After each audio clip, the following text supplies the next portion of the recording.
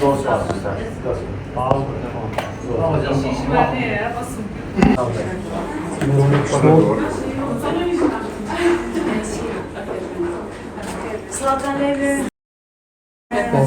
مرحبا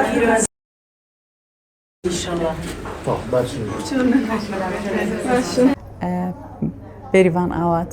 لە پرسراوی ڕێکخراوی یەکێتی ژنانی کوردستان لە قیشارە زۆر لە سەرەتای دەستپێکی کارەکانی یەکێتی ژنان لە وەرزی نوێی کارەکانیە لە سنووری لە قیشارە زۆر ئەمڕۆ یەکەمین چالاکیمان لەم سنوورەیە دەست پێکات کە ویش بریتە لە چالاکیەکە خزمەت بە بواری هوەری ئەو ئەکادمی لە بەژنانی هەڵبجە ئاگەێنێت کە ئەمە دەستپێکێکی باشە ئەمە نیشانەیەکە بۆ ئەوەی کە ئێمە وەکو یەکێتی ژنانی کوردستان لە هەڵبجەیە و لە کوردستان بەگشتی و لە هەڵبجە بە تایبەتی ئەمانەوێت بەکار و پرۆژەی جیاواز بچینەوە ناو ژنان ئەمانەوێت کە ئەو پەیامە بگەێنین کە ڕێکخراوی یەکێتی ژنانی کوردستان ئەوێت کار بۆ چەسپاندنی مافەکانی ژنان بکات کار بۆ بەرەو پێش بردننی مافەکانی ژنان و سەرجەم بوارەکان کە ژنان پێویستێتی بە تایبەتی لە سنووری هەڵبجەیە بکات. بەگشتی ئەمە خزمەتەکان بە سەرجەم بوارەکانی ژنانەگەیەنێ کار بۆ چەسپاندنی مافی ژنانەکەین کار بۆ ئەوە ئەەکەین کە هەماهەنگێک لە نێوان ڕێکخراوە مەدەنی و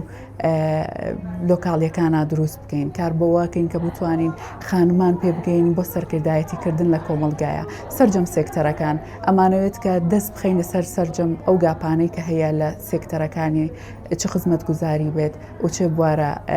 کۆمەڵایەتیەکان بێت. پەیامم بۆ خانمان بە تایبەتی خانمانی سنووری لقەکەمان کە شارە زۆرەکات و خانمانی هەڵبجە هەورامان شارە زۆر بەگشتی ئەمانەوێت دەرگایەکی نوێ بکەینەوە دەرگایەکە دەرگای خزمەت بێت بە خانمانی سنوورەکە ئێمەش دەرگامان کراوەیە بۆ ئەوەی کە هەر